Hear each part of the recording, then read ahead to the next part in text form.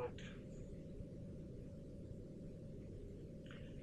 So introduction to React. So first of all, let's tell a bit history of React. React, who invented React, and why was it invented? React, first of all, was invented, they say Facebook, but we can say that it was invented by people from Facebook. Someone from Facebook. Because an idea originates from one person, alafu inakuwa passed across. So there's this guy who aliona the problem with JavaScript. JavaScript, you have to modify the DOM directly, like by using element by element. So in large applications, it gets messy. So React was born by the guy that saw that was a liability. This is a big liability, and he saw a gap and came up with React. So it's been slowly growing and growing until now we're learning React. So it's actually slow. It's been slowly growing. And I can't really go invented from Facebook. People did not adapt it really fast. Slowly by slowly. And then itakuwa poa sana because shida ilikuwa inasolve ilikuwa shida poa sana, ilikuwa shida ina bug sana.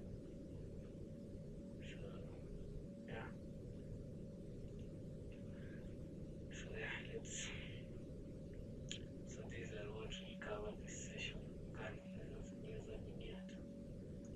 Unaweza upload hizi, unaweza nipigia makofi hizi slides. Amoni hizi slides vile poa.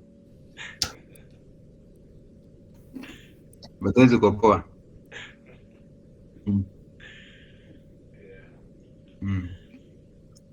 It's a good curriculum. So what we cover? What is a UI library? Yes, Michael. Actually, let me share a group so that if you want to follow, you can.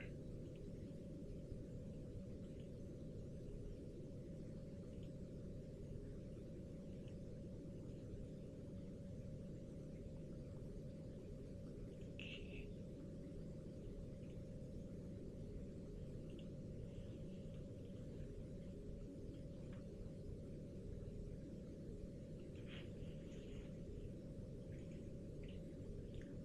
So,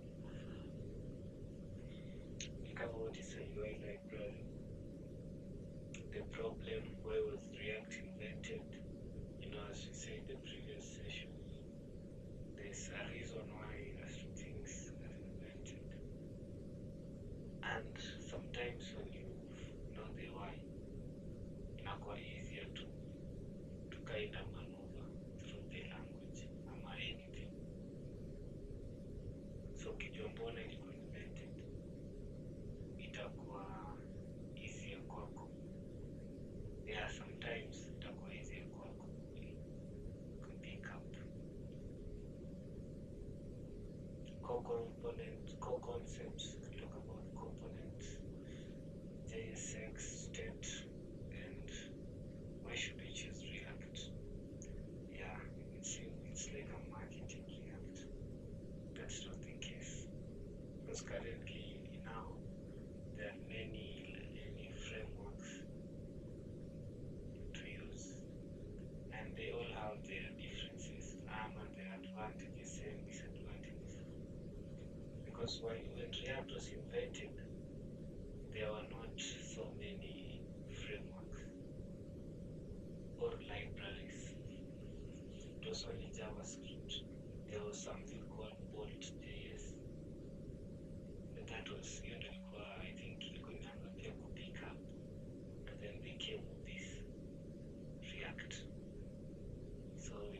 JavaScript.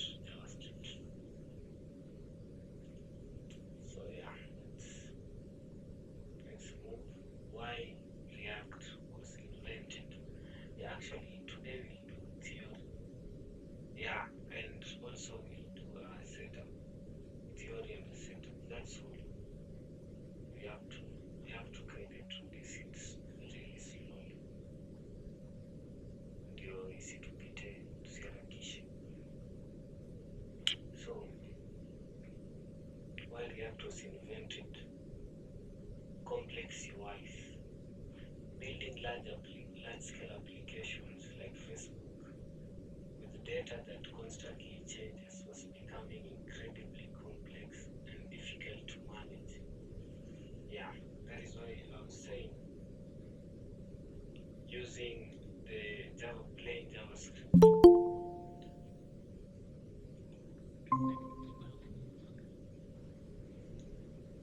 Ah, nice. Nianze Dave. Poa sana. Hi everyone. Hata ilikuwa Yes, hi. tusikie where you've been like last session zimekuwa shida. Yeah, I've not been around. Ndo nimeingia hata sahi tu. Ah, nice. Poa join. So we're just introducing React. The rest we get right on time. Yeah. So tulikuwa hapa kwa why React was invented. What the first thing and the most crucial thing is the complex UIs. To build complex UIs. UI in full is user interfaces. The user, when the user interacts with the applications, you want them to feel that they are welcoming. And the user has to also have a good experience with your website. So that comes also by having a good user interface, a good welcoming user interface. So React kinda came in handy hapo. Because when, let's say we're building a large application like Facebook, you know, Facebook, when you check the code of Facebook, it's a lot. Sahi, if you visit Facebook, yeah, I'm using Facebook because it's also Instagram, and because Instagram also has a lot. So the UI part is really crucial to handle, you know. So when you're building something of sort of JavaScript, plain JavaScript, call it vanilla JavaScript, inakuwa ngumu because each and every time you want to make a change, you have to modify the DOM directly. So the way we do it, document.getElementBID. You know, there also multiple page apps. If you have an application that has different pages, you know, the way you handle it with JavaScript is kind of hectic. Yeah, and we'll have to see it. That's why I was insisting that we'll have to build something with JavaScript so that we can see why React comes in handy. If we can build, and I'll think we'll do that this coming week. This week next, we'll try to build, not lazima ikuwe really that good, but something like a 4-page application with JavaScript. Just something like maybe you go to build something like an organization website. I'm a website that offers services like cleaning services. I'm a barber shop service. Something of sort, just something simple that will make us understand why React comes in handy.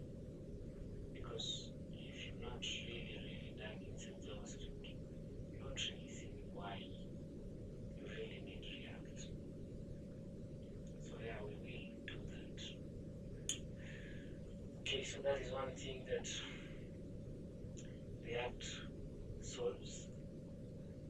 It's easier. Let's not say solve, because let's just say it's easy. It makes it easy. Keeping UI in sync. It is very hard to keep the user interface in sync with the application data. Manually updating the DOM was slow, error-prone, and led to many bugs. The events. JavaScript, we say that it adds the interactivity. React is still a JavaScript library because it's React.js. So let's not forget that React is just still JavaScript. But now they build something on top of it. They solved something for you. So the way so that I'm insisting on updating the DOM manually. You do not do that in React. That's why you have to do it in JavaScript. Okay, in the React you see, I'm not doing that here. So that's why it's advised you have to first understand JavaScript before you jump into React. So we'll take one session, we'll build something. We will first build it individually. Alafu tukuje ndo tusikue tuna float. Alafu tukuje hapo we try to build it. So actually what we'll do at the end of this session, we'll find an idea. We'll come up with an idea, and what we'll do, we'll assign each and everyone who has something. Maybe I have to create an about page. Michael to create the services page. I want to create maybe contacts page, and Morgan maybe to create a home page. Just using JavaScript and HTML and CSS. It's not a must ikuwe very interactive. Ama tu hata HTML peke yake na JavaScript. Just anything so that tulete hizo vitu pamoja, tuziunganishe in the next session, alafu we try to do something, alafu tuendelee na React. That would be great. Kwa mnasema au MPC. That's a good idea. That will be it. Yeah. Tutaongelea mwisho. So let's continue hapa. So we talked about that.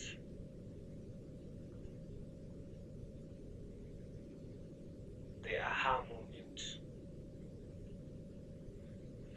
One-way data flow.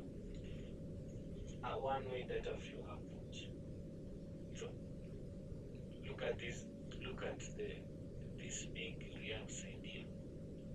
Instead of manually changing tiny parts of the UI, React renders the entire UI component in memory.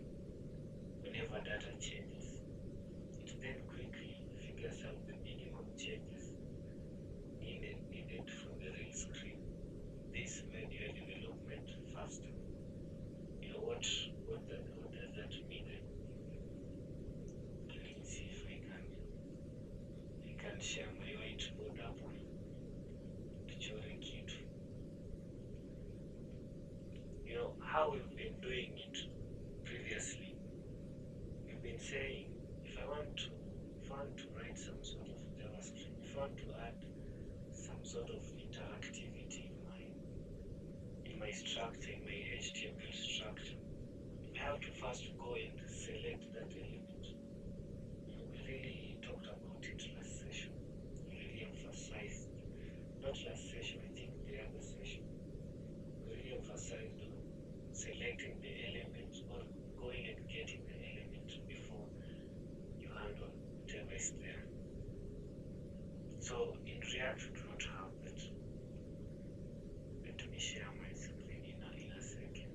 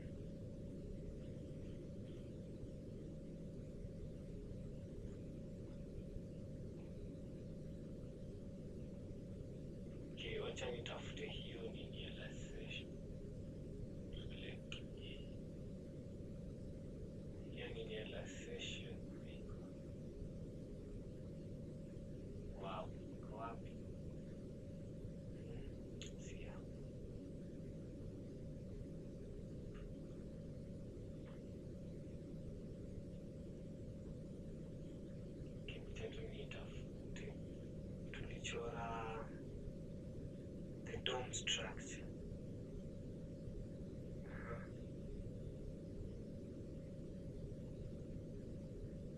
Wanna see bad. It should be. Yeah, this is really bad. I don't know why image feature.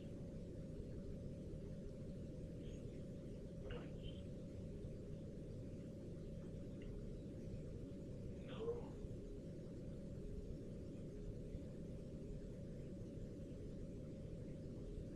Maybe the race. Race ilikuwa kitambo. Frequent chini. Yeah, see. Okay, just emulate something here. So the way huwa tuna nini in our HTML, let's say we have our HTML here. Okay, so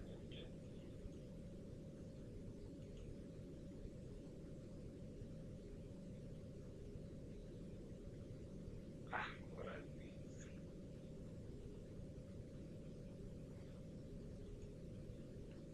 Okay, let me just write. Let's say we have our HTML, and then let me first put the body on the head,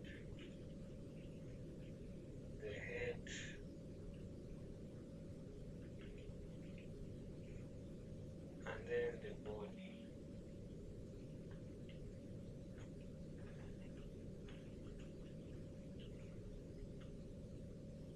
And then HTML.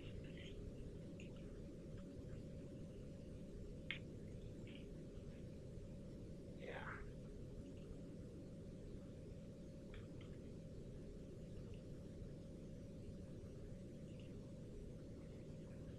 Maybe these are simple HTML structure. Let me say in my body I have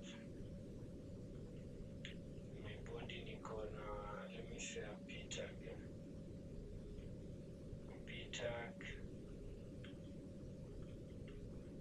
And this p tag currently has nothing for paragraph here.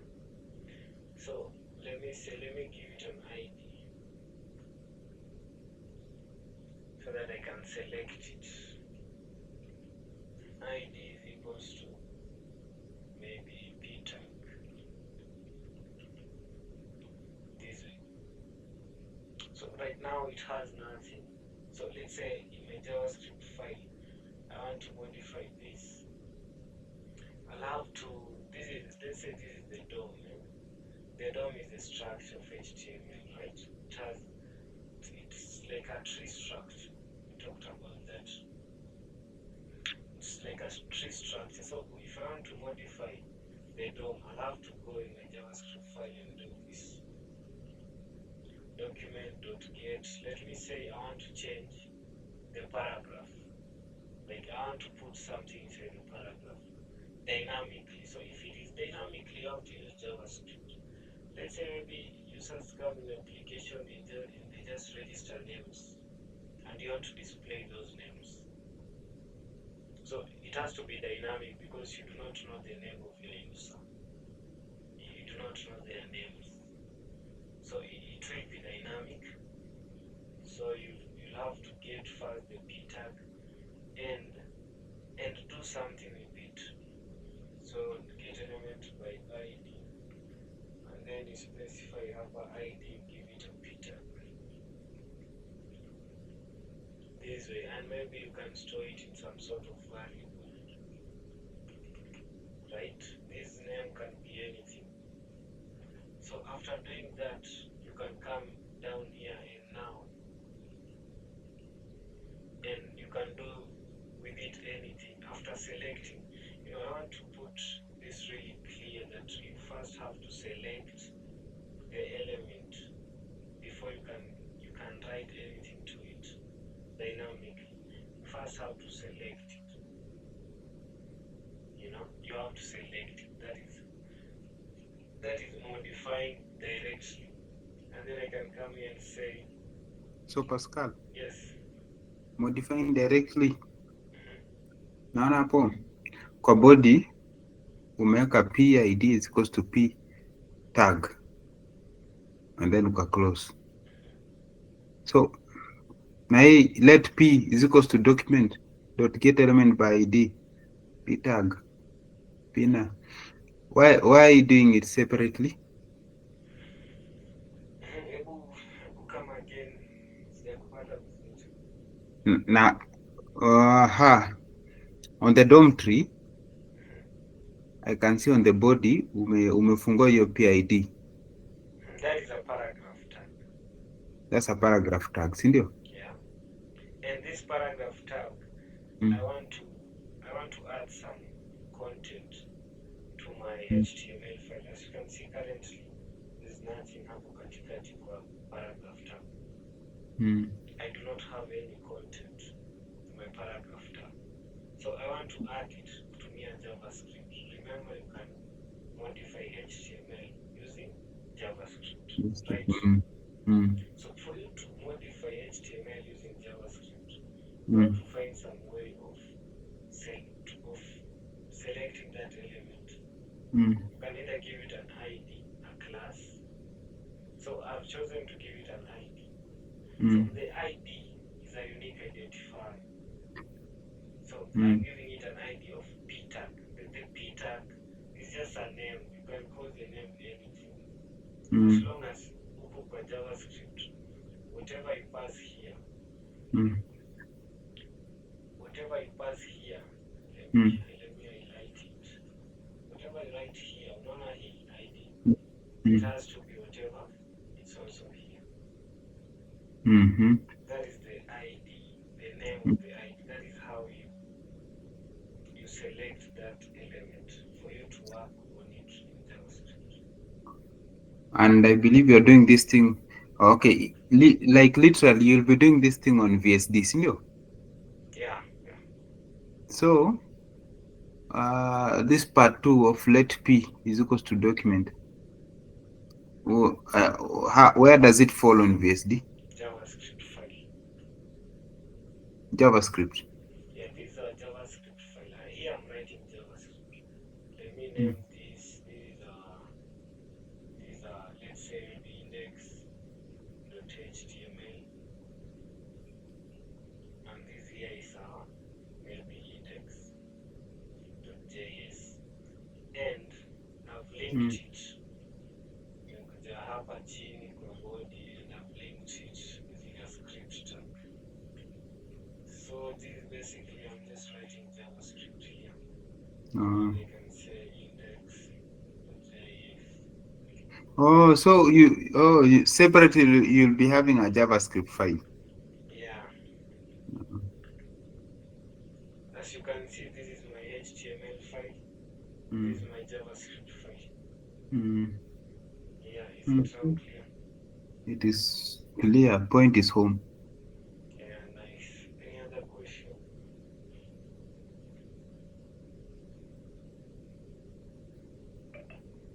Okay. So let's continue. So if I want to add some content here, where I want to add the content is here. You can say So Pascal, literally, So literally, DOM manipulation is done by JavaScript, isn't it? Yeah, DOM manipulation is done by JavaScript, correct? So the string is unveiling itself. Okay, very nice. So, okay, a minute.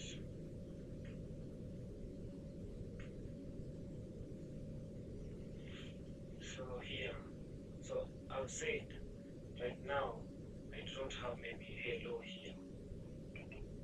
I want to add this hello using JavaScript, right? So, and I really insisted on DOM manipulation. You really have to read on DOM manipulation, because if you do not use JavaScript for DOM manipulation, manipulation, then you will not see the reason why you should write JavaScript in your HTML phase. You really have to read DOM manipulation. You read, it's a lot. You have to read. So actually here, if I want to add some content, I'll say text content is equals to, then tumesema neka hello. This way. Now this is manually updating the DOM because I have to select the element that I'm updating and give it a content. So let's say I'm updating, maybe, let me say 100 users are registering their name at a time, and then I have to display their names there. So it kind of going back and forth, updating the DOM back and forth. So it's not really that efficient. So this is what I mean by when I say updating the DOM manually. So doing this in a large application does not fit well. Okay, let's go back to our presentation. Yeah, actually there's a way that React does it. Let's see, I think it's here. What is React? We'll talk about more how React does it, the DOM. But first we'll have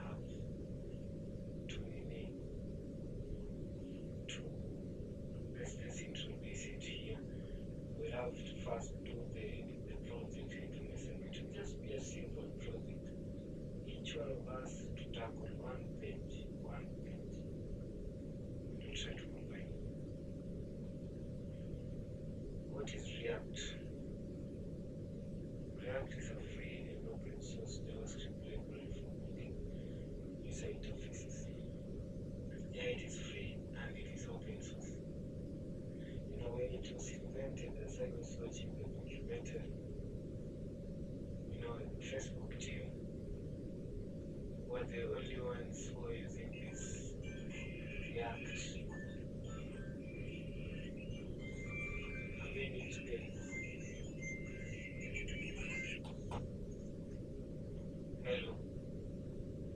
Hello. Yeah. Yes, nakusikia.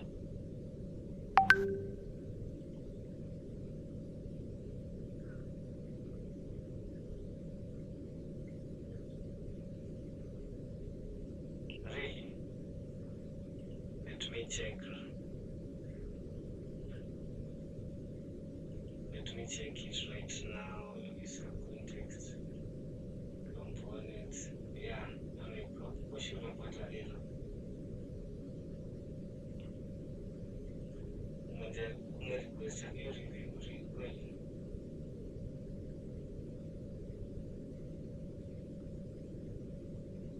I took request a new review.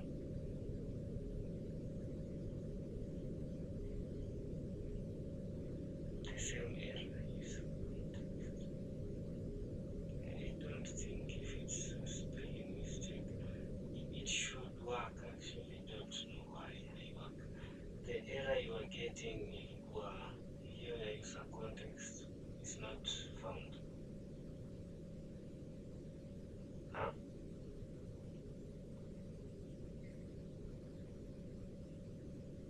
Yeah, so I think it's a different, right? Near different error.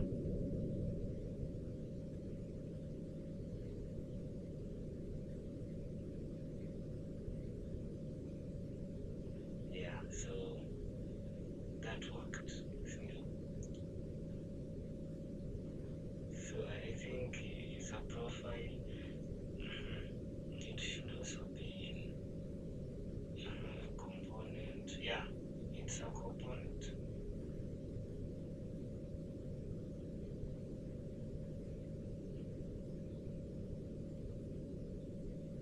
file umepata error iko wapi?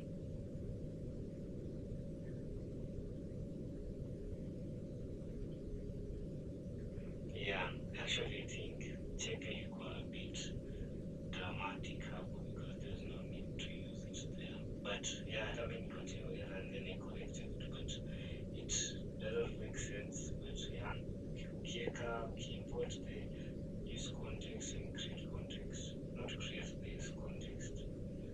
Yeah, it'll work. Yeah, yeah, from React. It's from React. Use context from React. And then you should also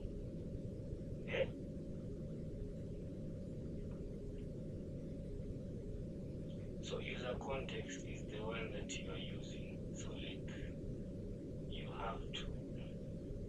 you can create a variable because you know the context that you created for the app.js hiyo ndio tunatumia share state across each file.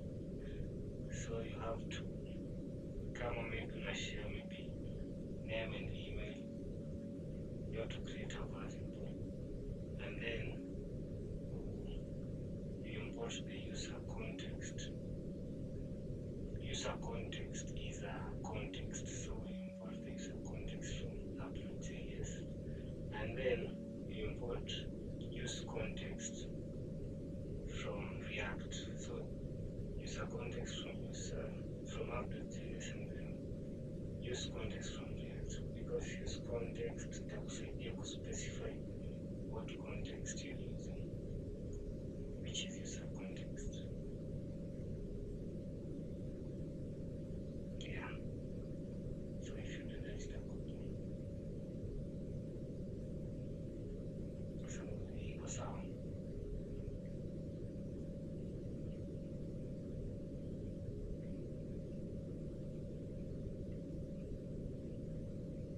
Yeah, you have to do that. So ukifanya hivyo itakuwa poa.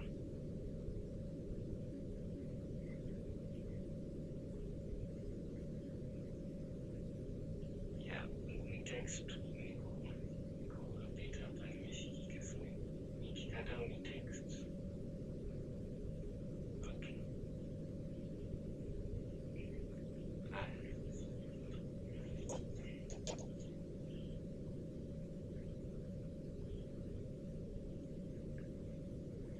Hello guys. Hello guys. Okay, Pascal. Yeah, I'm sorry for that. Ilikuwa hausijatake long. Sawa. Yeah, so tuko nasema React is a library for building user interfaces and it is open source. The meaning of open source means that I can see the code, and I can contribute. Right now today nasema this React is something not good and I want to modify it, and I can be allowed to modify it. That is what it means by open source. It is not a full framework. It focuses on one thing, building the view layer of your application, created and maintained by Facebook. Yeah, we talked about how it was created by Facebook. Yes, Morgan. It is not a full framework. Explain that. Okay. I really do not have a good explanation here, so pardon me, and maybe if it's a challenge, we can all go out and research. Actually, it's really a debate out here in the upper Tech group. If you watch podcasts and all, you see people debating why React is not a framework. So it's a big thing that But the thing is, wanasema a library, you build a library by, if you want it to do only one thing, and that thing should do it better. If it does one thing and it does it better, and that is, it builds UIs and it builds them better. So a framework is sort of, it handles a lot of stuff. But I would say that do not really have a good explanation for this. It is also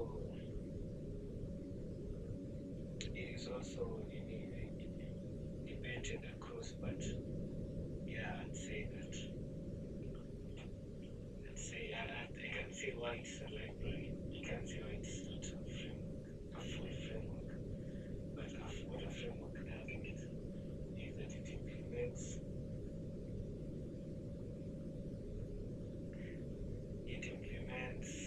maybe it implements a lot of stuff. You got a lot of stuff in one thing. But again, as I'm saying, I not really have an explanation for this. Each one of us can Google and research why React is a library and not a framework, and then next session we can debate. We can also debate. So Morgan. Yeah. Okay. It lets you build complex UIs from small isolated pieces of code called components. You know, React has a way of dividing your UI into components. For example, in this Google Meet, we can subdivide. You know, right now, I want you guys to see anything, any design, any picture. You try to picture it in CSS. You know, you try to picture it in HTML structure. Maybe at a design, this can be a div container. This div container has something inside. For example, like I like using this sort of container. It's called a generator. It's got a microphone. You're gonna circle katikati and the image, and then you're gonna name, then you're gonna microphone. So there's some sort of container that before we were calling them container. How I'll call it when we are introducing React, we'll call it a component. And then this component, I can also subdivide it into components, into smaller components. I can also call this microphone a component of itself. So React subdivides the UI into components. They stand alone. These components just like, let's say, regular HTML, maybe to keep pictures, you can picture them in divs, call them containers.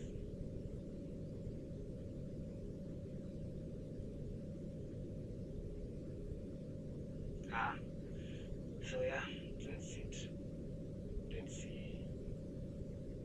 So let's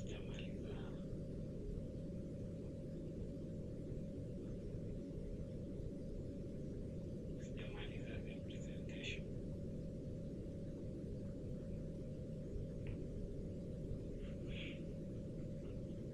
Let's proceed.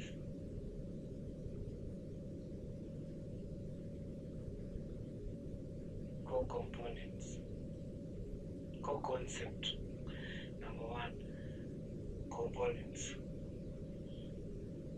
So like I've told you, in React, things are broken down into smaller components. You know, for example, ukiingia Twitter leo, those hizo nini, this sort of, we can subdivide this layout in components. And let me open my Twitter here. If itakuwa able kuiona. Yeah.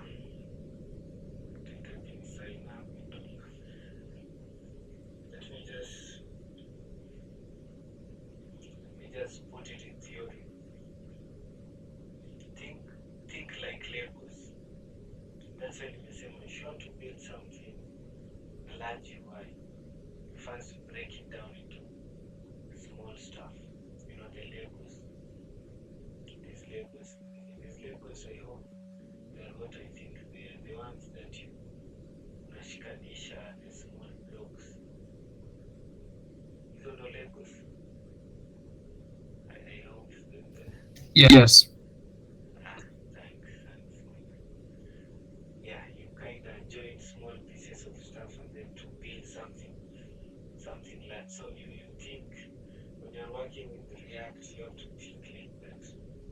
Even without React, like if just you want to build a friendlier UI, you have to break down things.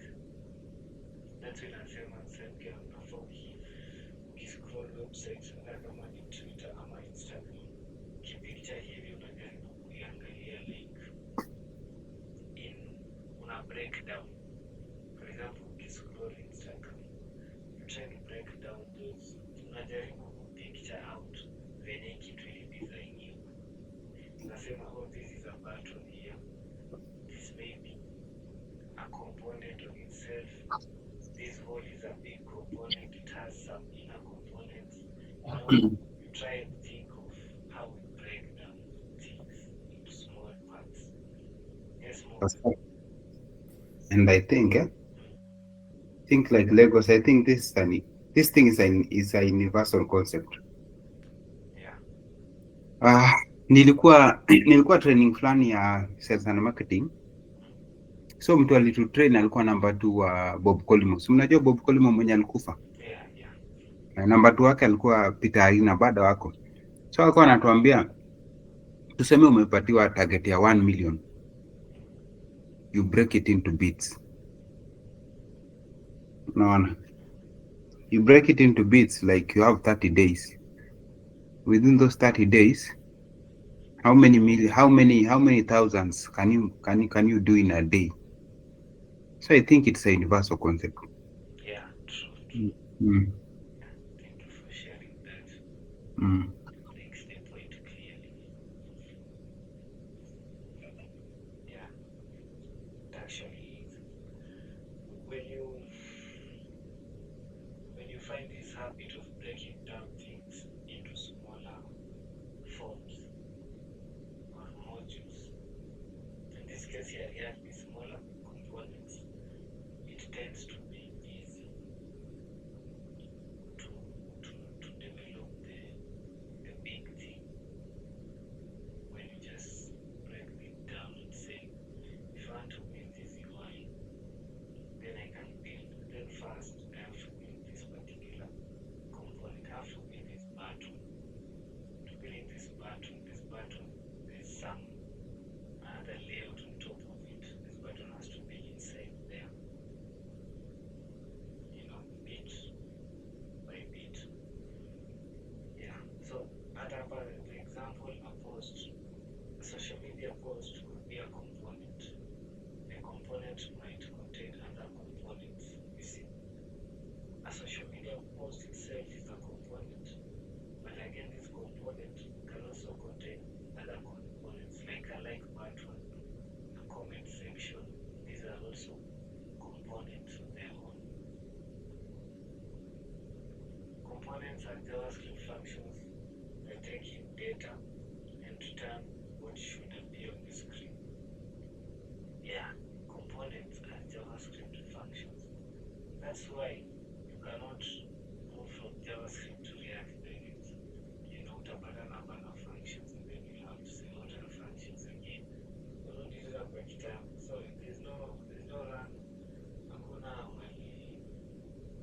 mali ya kukimbia. Just have these are things you have to read. You have to take your time. You just read them because they'll come back to haunt you. So like JavaScript functions, the way you take that the function takes in a parameter, and then now here we've got the parameter props. You see, they're the same idea but just different terms, and then Muga, you taught us last week a function can return number. Also here now you can see takes in data and return what should appear on the screen. So it's just the same idea, but it is kind of not really the same, but the same idea. So that's why it's easier to pick up React when you just understand some JavaScript. That's what. So you can say like this is different script, same script, different casts. Yeah, very, very, very good example. Mm. Yeah.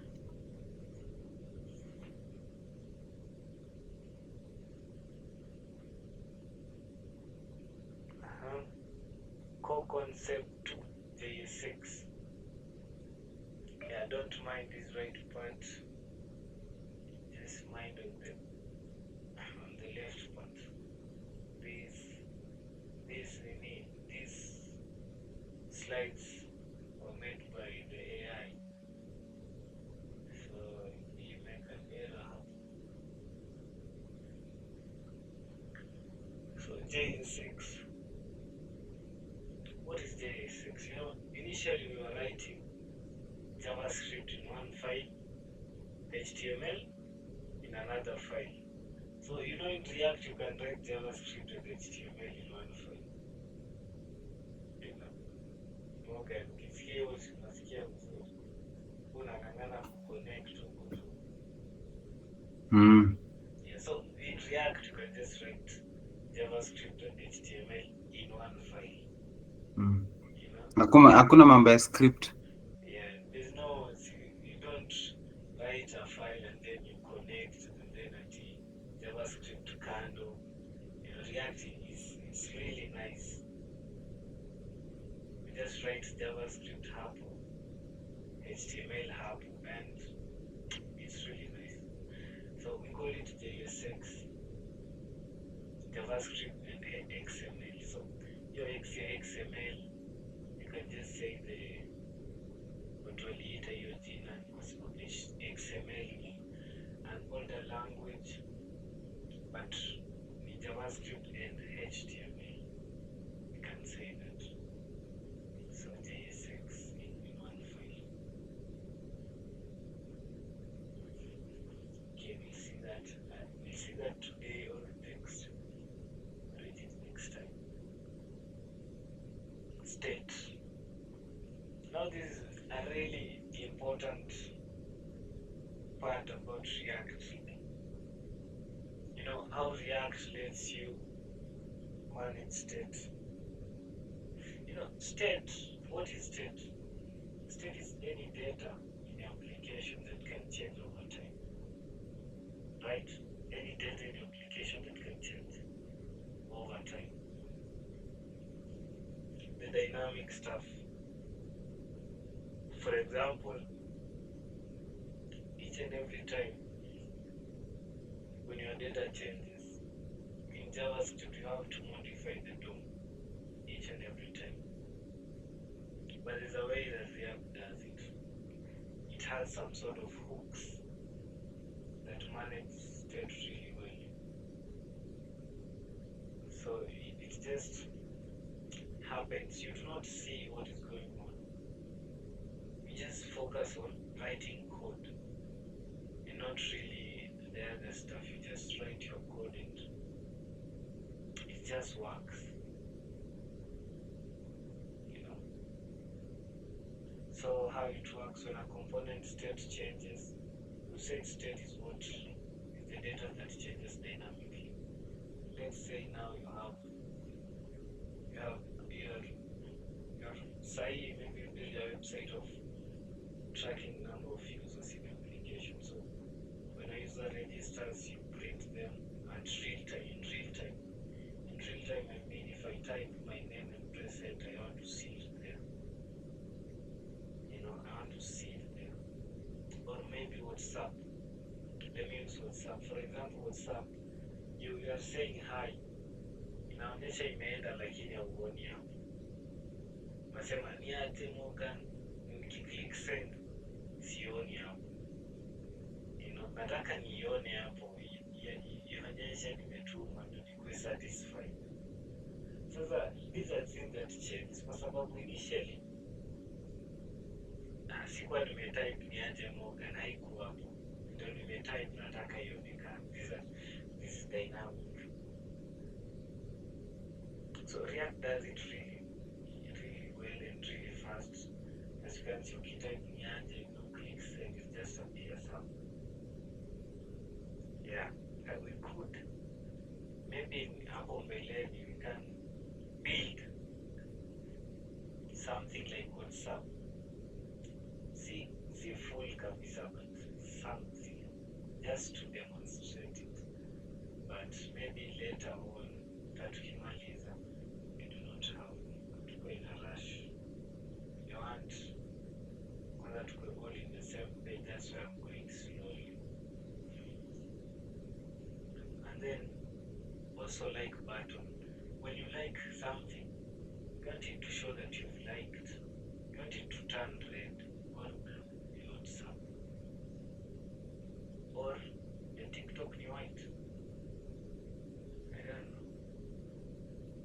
TikTok, I think ni red, but Instagram red, TikTok red. Yeah, like Hey. ya TikTok wacha yeah. Ni white. Lakini ukiguza inakuwa red. But kidouble tap inaonyesha white hapo. Hapana. Ndio nimefungua. Ni white tu, lakini ukiguza inakuwa red. Tunasema ile like love. Hiyo love. Ni white lakini ukiguza inakuwa red. Yeah, ukiguza inamaanisha umelike, si ndio? Sasa unajua nikitaka nikilike nataka iturn red. Sasa isipo turn red na nimelike. Sinaona sitasikia poa, unaona? Utakuwa frustrated. Nita like tena before, unaona? Sasa vitu kama hizo unaona sasa ukilike ina iko too fast. Sasa vitu kama hizo pia React inarahisisha. Yeah, so it's easy na update haraka. React ndio inafanya hiyo response. Yeah, but see necessarily a TikTok, see React for the application. The Android application ama iOS. So React.js ni Web development. Yeah.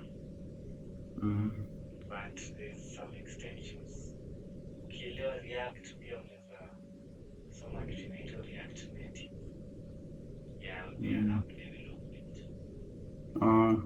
No wonder nilikuwa najiuliza naweza jua aje, kumbe path inajidefine tu the more unaendelea. Yeah, the more unaendelea, it never ends. This learning journey is continuous. Yeah, so the more unaendelea, if you want to venture in app development, as long as you know maybe JavaScript, you can build a mobile application. Yeah. So let's continue.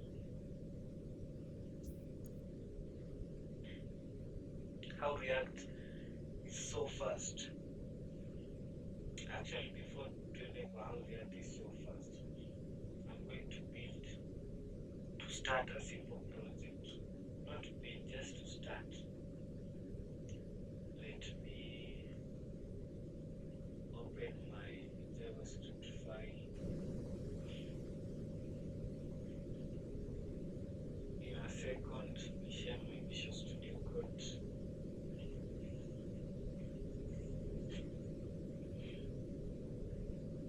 In a second. Ukishare Pascal, nilikuwa nataka kuambia nyinyi wote like this is the craziest crash program ever. We? Yeah, I like that. It is the craziest one. Why have you come up with that? The things that we are doing, unaona, ishafungua. Endelea tu kwanza. Sasa iko hivi, nakumbuka nikifanya procurement, one of the hardest unit ilikuwa economics. But sasa mtu alikuwa anasema like economics ikiwa ngumu, I'll decide niive 50% na 50% nisiive. So like chances are hizi 50% nimeiva, 20% maswali zitatoka hapo, na hii 50% sijaiva, 25% maswali itatoka hapo. So 25% yenye umeiva na 25% yenye hujaiva ikikuwa combined ni 50%, ni 100. Let's say 100, si ndio? So like ikikuja hivyo, chances are utapata 50%.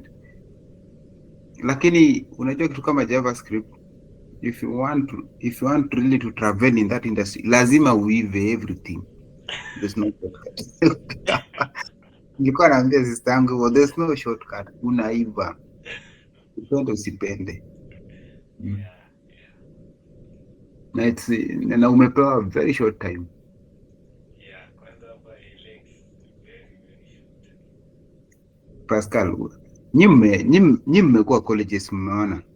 Saa zingine unapata unit iko na only 24 pages na unaisoma the whole year. Yani unasoma hiyo kitu unarudia mpaka uko like let them bring it now. Alafu kuwe blindsided. Sorry? Kinani. Huh? Alafu kuwe blindsided, like umepitia hizo 24 pages, alafu kitu yenye uko sure haiko hapo inakuja.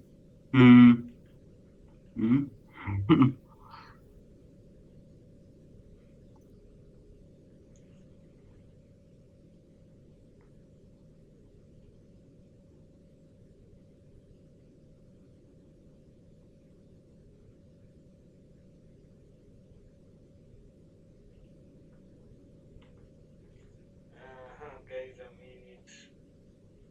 Tuko na 24 pages. Unasoma the whole year. Huku Alex, JavaScript peke yake huwezi maliza. Mpaka Pascal, unaona sasa ukaanza kuni-encourage ukaniambia I'm happy venye ulini-encourage, like you are talking in a diplomatic way.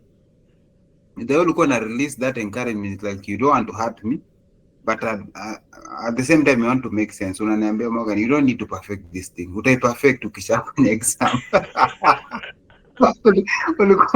ulikuwa naambia just do the exams, don't try to perfect this thing. Unaona?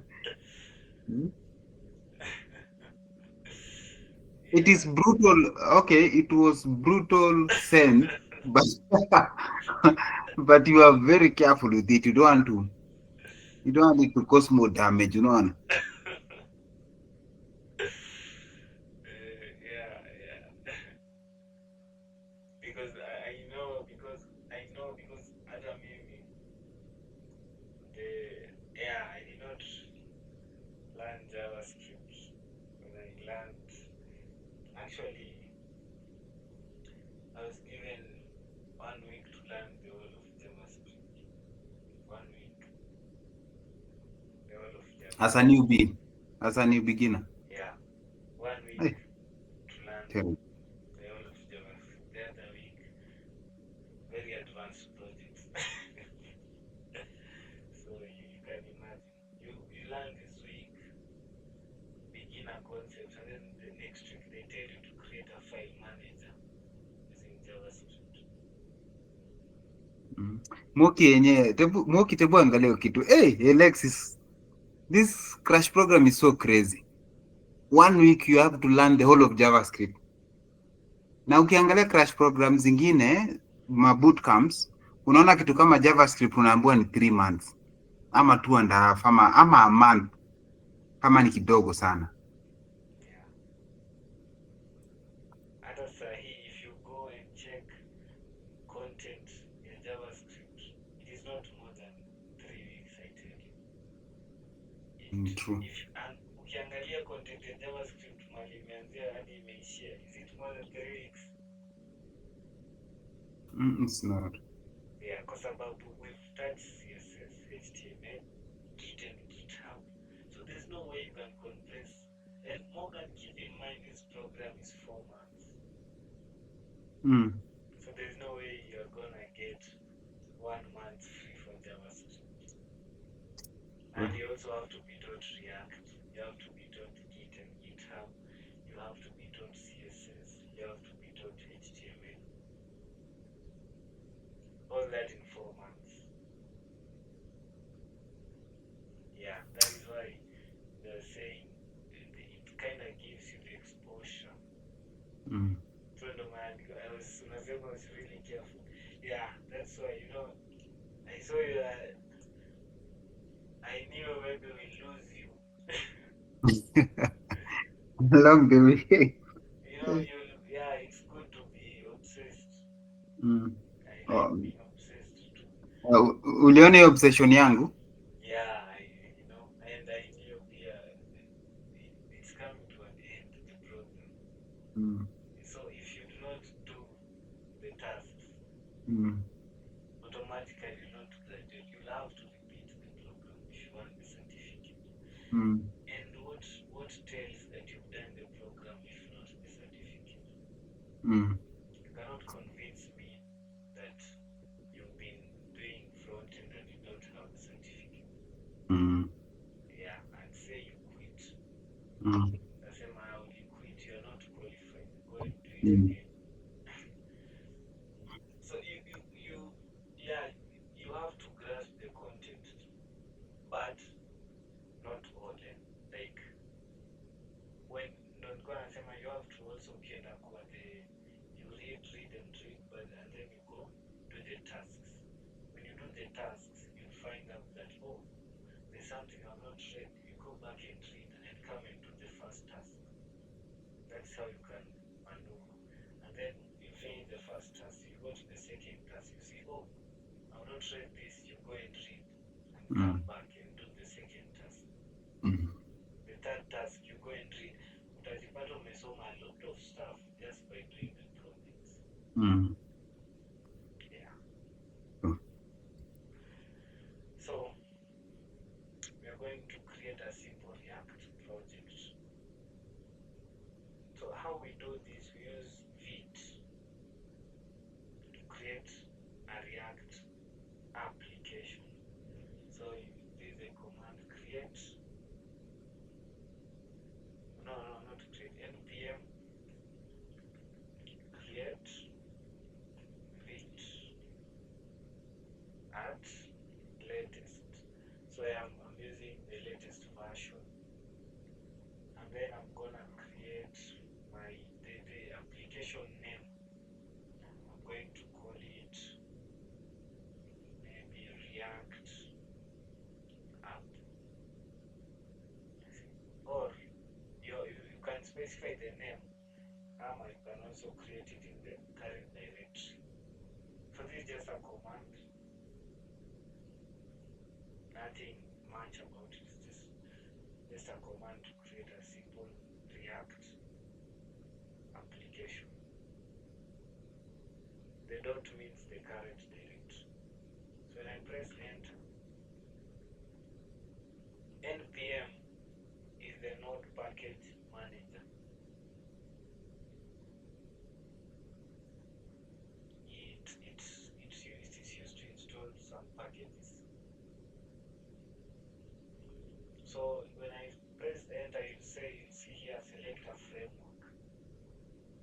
Are you using vanilla JavaScript? Are you using Vue? Are you using React? In our case, we are using React. So I'll scroll down and go React. I hope it's clear. And then if you're on React, I'll press enter. And then I'll be asked, what are you using? Are you gonna use TypeScript, JavaScript? So in our case, we are using JavaScript. And then I'll just say no. This is some latest stuff. So let me say no. So yeah, that's the magic. You see the magic? As can see, there was nothing on my left side. There's a lot. That just tells us that we've successfully created a React application. Yeah, it comes with all these files. Not only this. Let me open this. Yeah, all these files. All these. Yeah, it will not scare anybody. All these files have their meanings, and we are going to talk about them just now, and then we close. So, first of all, after starting your application, you have to install what we call dependencies. So I'm gonna do this npm install.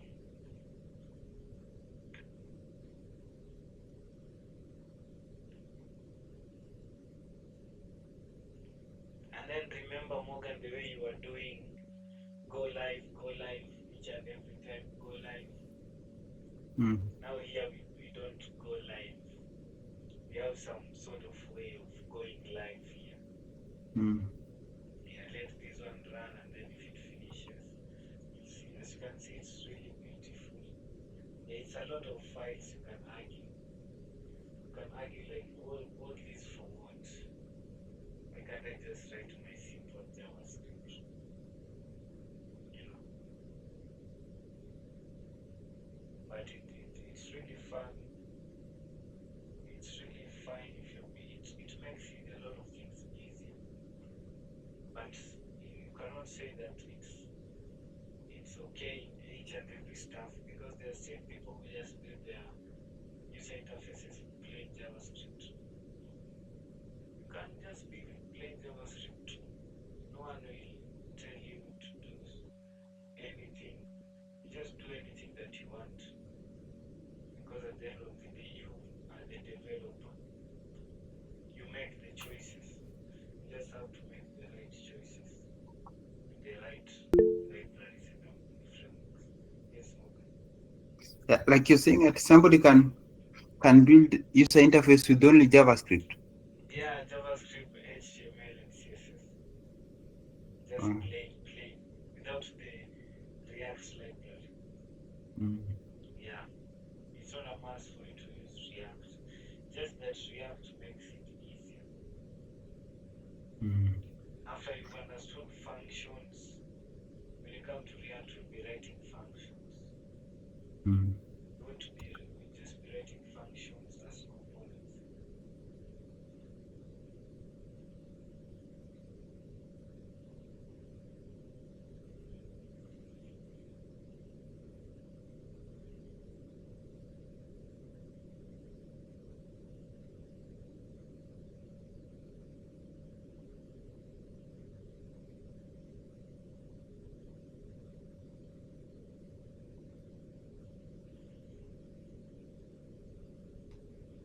Nice, it has finished installing all the stuff. And then how we run this application, then going live, we say npm run dev, and then I click enter.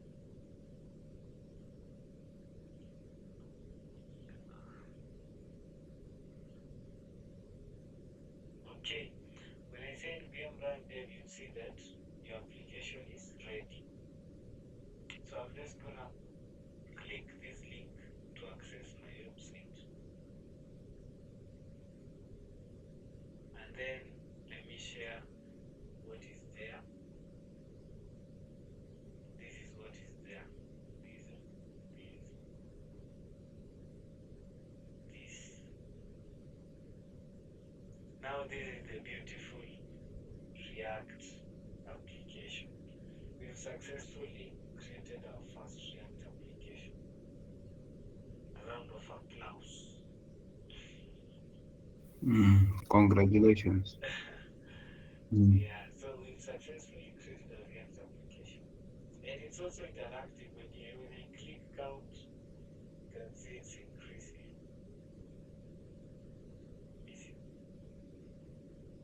So you can see it's also interactive. So, and you can ask now, where does this thing comes from? Because we've not added anything. Hatujaandika hata kitu.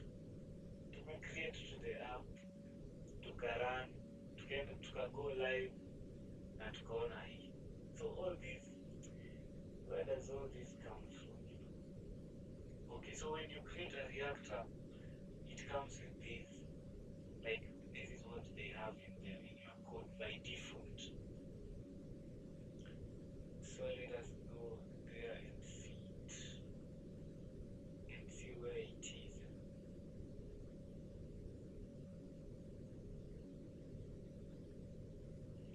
I do not know why this. Okay, nice. So where this is, let me first try to go through this application. These files, since our time is also over them. So let me go through the main files. Let me start with, first let me close some things here. Now this is what is in the root, or this is what you see on your left when you first create your React app. So in your SRC folder is where now you have everything, your code in your application. So the code in your application and everything that you'll be writing, your code and everything you'll be writing in your SRC folder. And inside your SRC folder, you're gonna see an assets folder, app.css, app.jsx, index.css, main.jsx. So when I started assets folder, as you just assets, the term assets, this is where you'll be putting your sort of images, what you want to use in your application. Let's say you're building something, a website that requires users to post their images. You'll put the images in the assets folder here. That's this React.js 15. This is the sort of the Google, more of that later. And then you have the app.css file. This is a CSS file that sort of stores all your CSS code. Not always. You can also create your CSS file, but this is the file that comes with React. So let me click it. As you can see, this is what is being applied on the screen that you've just seen right now. You can see root, logo, all these, but you can remove them because we will not be using them. So we'll remove them. So I can just remove them now. We'll not be using them. We'll create our own CSS. And then in your app.jsx now, this is like the entry point where you'll be putting your components here. As you can see, this is what is currently being displayed on the screen. You can see count. Yeah, we'll talk about more of this later. These are hooks. Yeah, I just want you to know what the file does. And then index.css, this is also a CSS file. You can have as many as you want. Also, this is what comes with React. And then you have your main.jsx file. This is your entry point. As you can see here, let me show you something that you know. Document.getElement by ID. I know you are very familiar with that. So we start from there and explain now where the interaction for JavaScript and HTML really comes in from them. How am I able to just write JavaScript and it reflects in my HTML, right? So all this starts from here. Document of get element by ID. So where is this root? It has to be in an HTML file, right? Because for you to do this document of get element, you have to is our HTML file. Here it is. When I open the HTML file, a really simple HTML file, just has a HTML, a head, a body, and inside the body we have a div. You can imagine all of these things we are writing inside this div, this small div. We are writing all our stuff in here because I'm sort of selecting this div element and I'm going to write everything that I'll be writing inside here, you know. And then this is a script. This is what we know, you know, we've been doing this.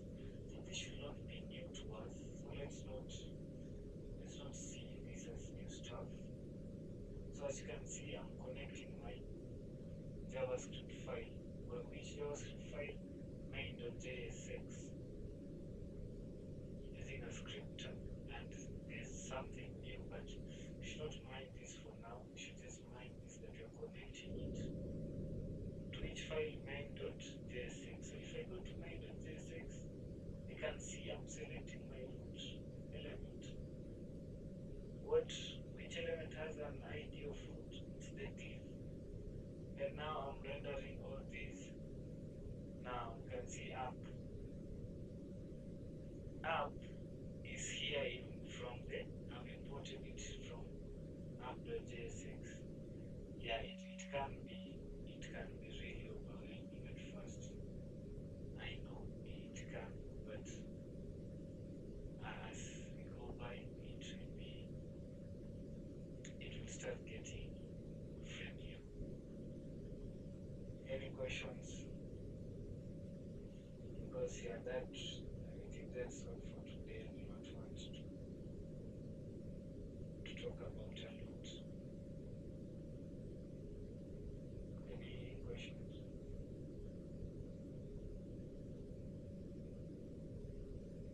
Or any concerns? You can put a comment. How is React? You know, not just reacting one. You know, you don't have to. It does not have to be okay with you, because we all have our preferences. With the same, I think JavaScript is just fine. That's okay. Yes, Morgan. HTML without the HTML. HTML without HTML. That's the most accurate way unaweza sema, kwa sababu basically ni JavaScript but sasa instead of kuhitaji HTML, it's the HTML. Yeah, yeah.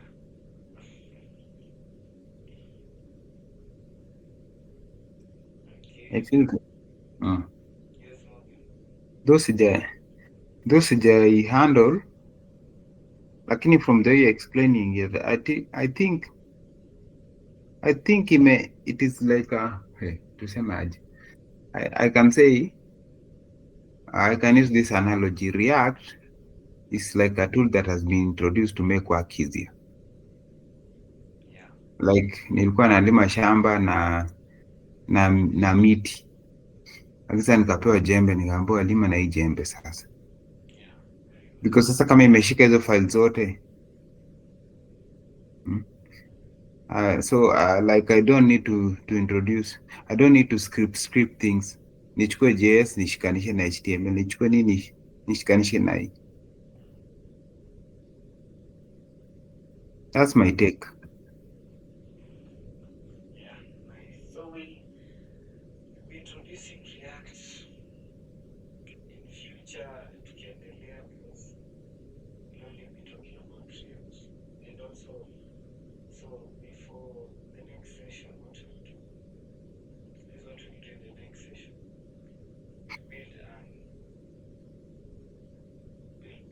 I'll just send after this meeting, I'll send we'll build a service website, people that offer services. So I just want you to take your time and research on it and try, give it even 1 hour. Just research on it, and 1 hour, 1 hour, because the next time we meet up up to 10:30 p.m. on Tuesday, just try and research it because we'll assign seeing each and every one of us only one page, and in that particular page you have to build it however you feel like, using plain JavaScript, no React, just plain JavaScript. I want you to build, so you'll have three files to work with: HTML, CSS, and JavaScript. Yeah, and whenever you feel stuck, you can text in the group. We can all handle the error. So let's make this really. Let's do this because you'll see why we need React. That's why I really want us to do this, because we don't like to endelea to it. Yeah, we've rushed. Alexis has the methodology, so what we need, it has to be an individual effort. Sisi wenyewe, it has to be our responsibility to do better, to try and do more. So this, I'm gonna build a service website. I don't know what kind of service. You can also suggest now, maybe a barber shop, maybe something. Now suggest me, maybe cleaning. So you guys say, Michael,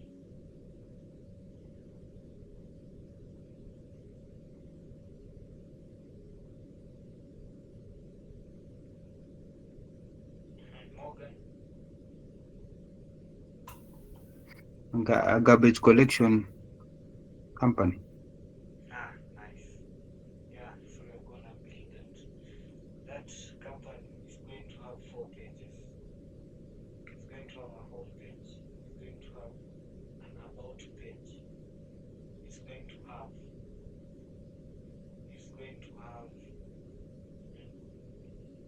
any contacts page. It's going to have a services page. Only 4 pages. I'm going to send the requirements support group. Now to assign each and every one of us one page. So 4 people. So yeah, you can 4 people. So then to go up, I need to go 3 day on 4. Yeah, give Miriam a number. That would be quite okay. That's okay. Or let's add one more page. Yeah, add one more page. What page? You have a home page, about page, contact us page, services page. Yeah, I'll find one more page. Mm-hmm. I'll think one for you. Frequent FAQ, frequently asked questions. Yeah, nice. You can have that page also. Mm. Frequently asked questions. So we'll have those 5 pages. In the 5 pages, mtu akufe na peji yake. Peji yako ikiwa ukipatana na shida, kuja group, we see, we tell you, we give you some advice, we guide you. Maybe unaweza sema you build this, unaonaje? Just in this short time before Tuesday. It does not have to be perfect. It just have to be something. We want output, we want a result before 10:30 Tuesday. The first thing that you start with me, tutaanza how we, and then we'll connect all the apps together, all the pages together hapa, and then we try to tuone hizo pages zote ni how they work together. So let's try to build this, because this will be some sort of example of a real world website. If you build that, if you manage to build that page really well, if you give it your own research, guarantee you React is going to flow. You're going to know why. It's really crucial to know the why. If you know the why, the how is